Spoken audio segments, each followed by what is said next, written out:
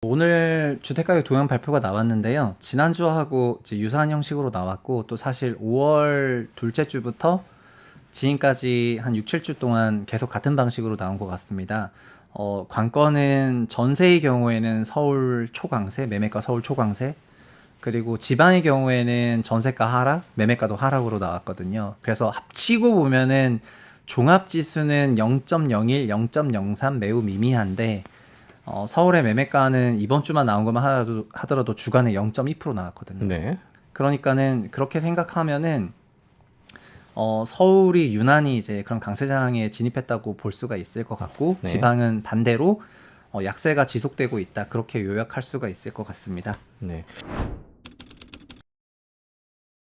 저는 이게 5월 둘째 주부터 이런 트렌드가 나타났다는 거를 조금 주목해서 말씀을 드리고 싶은데, 네.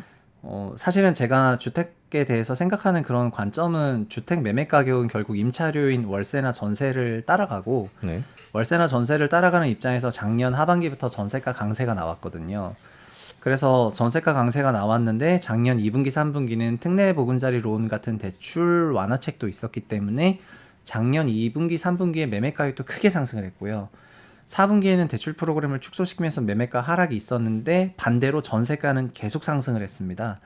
그래서 전세 상승이, 전세 대출이 늘어나지도 않았는데 전세 상승을 했기 때문에 전세 시장에 그 미시적이지만 구조적인 변화가 생겼다고 생각을 하게 된 건데요. 그게 결국 올해는 어느 정도 내용이 구체화됐지만, 빌라 시장이 전세 기능을 흡수하지 못하고 수요자들이 빌라를 기피하게 되면서 아파트 전세로 넘어오다 보니까 아파트 시장의 전세가가 초과 강세가 3개 분기 이상 이어졌고, 결국 이것이 매매가를 다시 밀어 올리기 시작을 한 거거든요.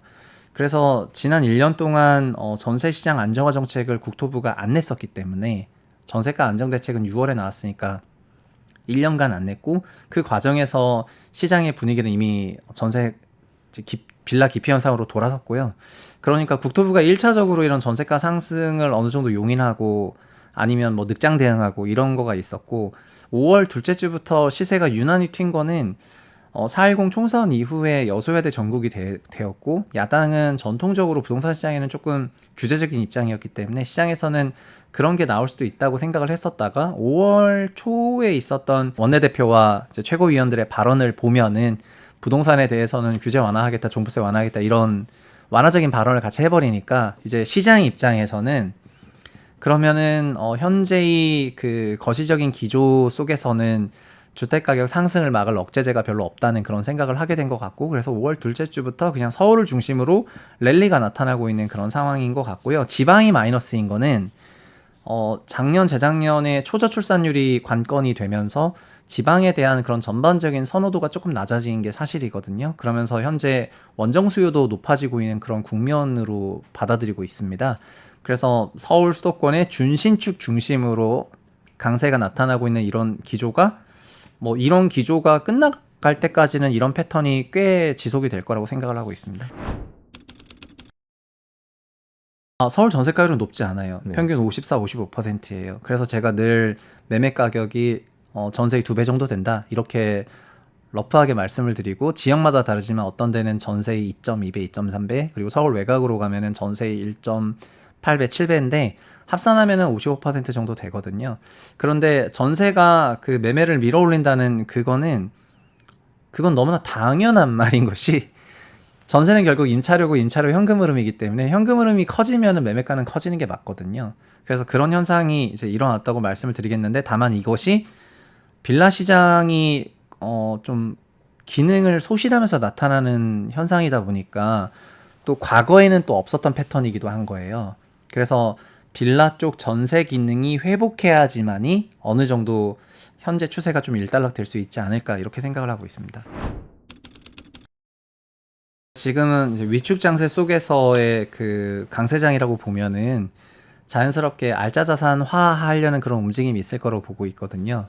현재는 뭐 취득세 완화나 이런 부분으로 주택수를 늘리는 형태보다는 수요가 위축되는 지방 소도시들조차도 모조리 처분하고, 그리고 최고의 자산으로 가겠다는 게 개별 참가자들 사이에 있는 전반적인 인식이 되다 보니까, 자연스럽게 현재 매수할 수 있는 최고가 주택들을 매수하는 전략들을 쓰는 거고, 그리고 그 주택을 사기 위해선 종전주택을 처분해야 되거든요. 그래서 이쪽 주택에선 처분을 통해서 넘어가는 그런 단계 속에서 이제 준신축 핵심지 중심으로 유난히 높은 가격 상승이 나오는 것 같습니다. 임차료가 크게 상승할 때는 그때는 결국에 임차인 입장에서는 임차료를 해지하고 싶기 때문에 임차료 상승을 해지하고 싶기 때문에 주택 가격이 상승하는데도 불구하고 더 높은 가격으로 주택을 사게 되는 것이 그냥 시장 메커니즘인 것 같습니다. 그래서 주거 안정이라는 거는 근본적으로 임차료 안정에서부터 와야 되는 건데, 그래서 지난 1년 동안 제가 전세 안정 대책을 너무 안 내니까 이제 유난히 좀 국토부에 좀 매운 발언을 많이 했었던 것 같고, 지금도 좀 유사하거든요. 지금 정도 됐으면은 이제 전세 시세가 매매가가 서울 0.2% 올랐는데 전세는 서울 평균으로 0.25% 올랐거든요. 이거는 전세가 대폭등하고 있다는 걸 의미해요. 이런 시점에서 전세 대책이 안 나오거나 뭐 생각이 없다는 거는 전 거의 사실상 직무유기라고 생각하고 있기 때문에 이런 시장을 빨리 좀 잠재워야지 된다고 생각하고요. 아니라면은 아까 말씀하신 것처럼 임차인들 입장에서는 전세가가 너무 올라가고 월세가 너무 올라가니까 자연스럽게 주택을 매매할 수밖에 좀 약간 내몰리게 된다고 생각을 하고 있습니다. 그래서 상황은 그런 거예요. 그냥 현 시세대로 전세가가 0.2, 0.3%씩 올라가는데 냅둔다. 그러면은 그런 상황으로 이제 간다는 것이 어느 정도 자명화되는 거고요. 막 패닉 바잉을 해야 되는 그런 상태가 돼야 되는 거고요. 근데 지금에서라도 이제 전세 시세 안정화 정책이나 이런 것들을 꾸준하게 어느 정도 발표하거나 한다면은 그런 상황은 안 올 거로 생각을 하고 있습니다. 그러면 전세값이 이렇게 올랐는데 이 전세값을 줄 바에는 그냥 조금 보태서 사겠다. 예전 기억도 나고. 이런 판단을 하시는 분들이 요즘에는 제법 늘었을 것 같은데 그런 판단에 대해서는 물론 이제 지역이나 상황에 따라 다르겠지만 어떻게 봐야 할까요?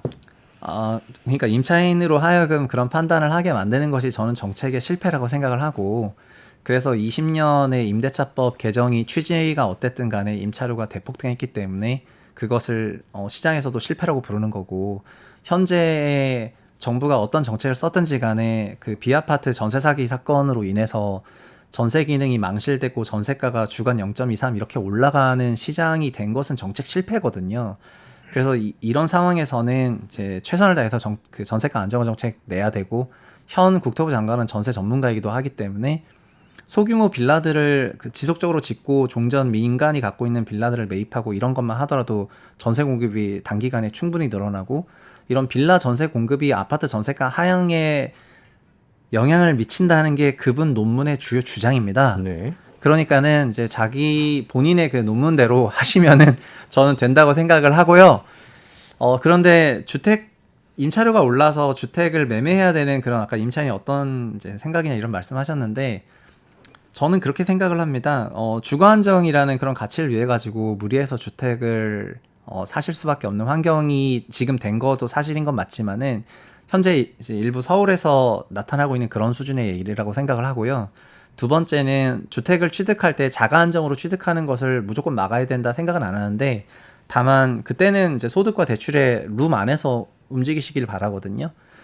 그냥 주택 가격 올라갈 것 같으니까 투자로 전세 끼고 사놔야 되겠다, 이런 식의 접근이 가장 위험한 접근이라고 생각을 하고 가장 다른 자산 대비해서 비합리적인 그런 거라고 보고 있으니까, 뭐 자가로 들어가실 거면은 자기 소득 대비 적정한 배율의 안에서 6배 안에서 이제 대출 받고 하신다면은 그거는 그 나름의 그 가치와 의미가 있다고 생각해요.